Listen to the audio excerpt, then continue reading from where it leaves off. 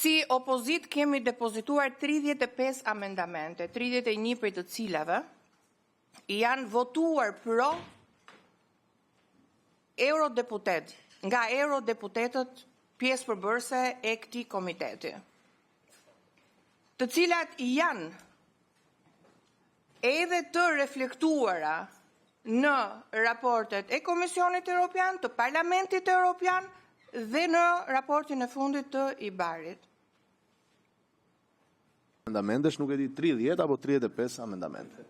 35 amendamente. Njëkohësisht ishin dhe një numër shumë i madh amendamentesh të propozuara nga eurodeputet.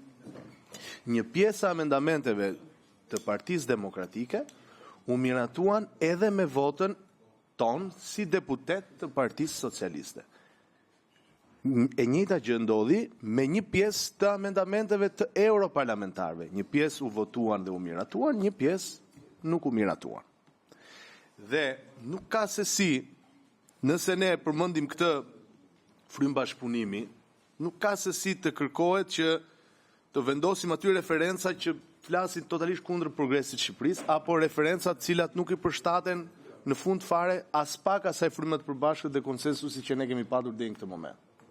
Dhe nuk mund të shitet si një pikë e dobët e jona fakti që pas kemi refuzuar disa amendamente të Partisë Demokratike, kur ndërkohë disa eurodeputet i pas kanë votuar. Po atëherë si shpjegohet fakti që dokumentin final të gjithë eurodeputetët e votuan dhe të gjithë deputetët e Partisë Socialiste e votuan?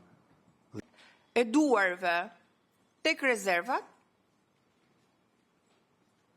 dhe alokimin e 4,2-4,3 milion eurove për një koncert krejt privat të një këngëtari që mua nuk më intereson fare, a është i mirë apo nuk është i mirë, pavarësisht se ka shumë debate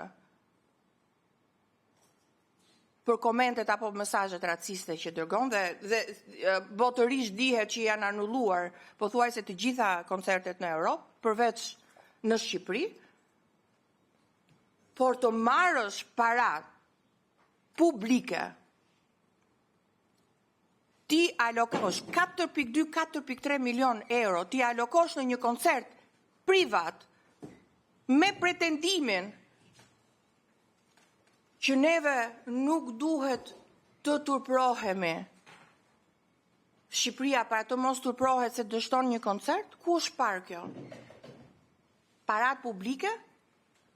Po nuk janë të tijat parat publike. Janë tonat, janë taksat e qytetarëve. Pra nuk është çështje nëse dikujt i pëlqen Kanye Westi, është çështje mënyrës se si qeveriset Shqipëria. 4,2 milion euro nga fondi i rezervë, ndërkohë që nuk ka para për pensionistët, nuk ka para për fermerët, nuk ka para për sëmurët, shkoni te onkologjiku, s'kan kura. Kjo është jo turp, kjo është krim.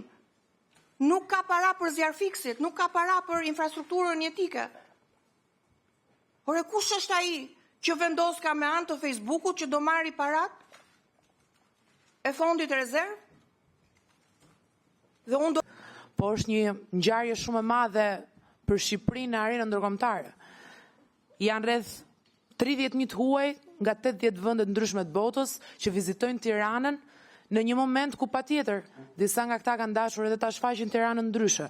Kështu që shumë mirë të vinë edhe ta ndjejnë e ta përjetojnë Tiranën ashtu siç është vërtet, e jo ashtu siç ka dalë në disa nga këto lajmet dashakeqe të revolucionarëve patetik në bulevard.